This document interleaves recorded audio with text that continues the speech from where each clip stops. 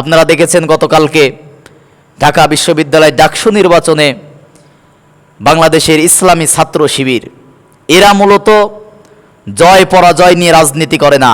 এদের মূলত রাজনীতি হচ্ছে তারা রাসূলের আদর্শ বাস্তবায়ন করা। ছাত্র শিবিরের জয় পরাজয়ের কোনো রাজনীতি নয়। ছাত্র শিবিরের রাজনীতি হচ্ছে তাদের রাসূলের আদর্শ বাস্তবায়ন করা, এটাই হচ্ছে তাদের জয়।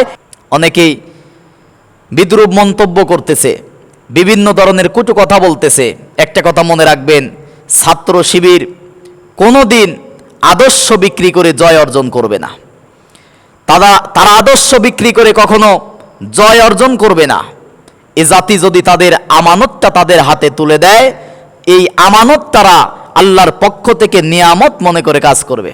দেখেননি আজকে সাদেক ভাই বক্তব্য দিচ্ছে যে আমরা আপনার কি নেতা হব না, আমরা কারো না কারো বড় ভাই হব, আপনাদের চেনেহের ছোট ভাই হব, আমার বোনের ভাই হব, আমার বন্ধুর ভালো একটা বন্ধু হব। ইতিপূর্বে তো কত ডাকসুই নির্বাচন হলো, কত নেতাই আসলো, কত গল্পই শোনালো। ঢাকা ভার্সিটির মতো জায়গায় তারা ত্রাস সৃষ্টি করেছিল, মাদক সাইলাভ করেছিল। অবাক করা বিষয়, গত রমজান পর্যন্ত তারা কোরআন তেলাওয়াত, রমজানে ৯৬% মুসলমানের দেশে কোরআন তেলাওয়াত করতে দেয় নাই।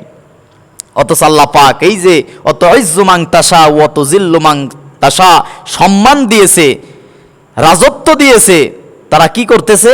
আজকে আল্লাহর প্রতিধ্বনি, আল্লাহর তাকবীর, আল্লাহর স্লোগান দিচ্ছে। এজন্য আমি জাতিকে এতটুকু জানাতে চাই যে ছাত্র শিবির কখনো জয় পরাজয়ের চিন্তা করে রাজনীতি করে না।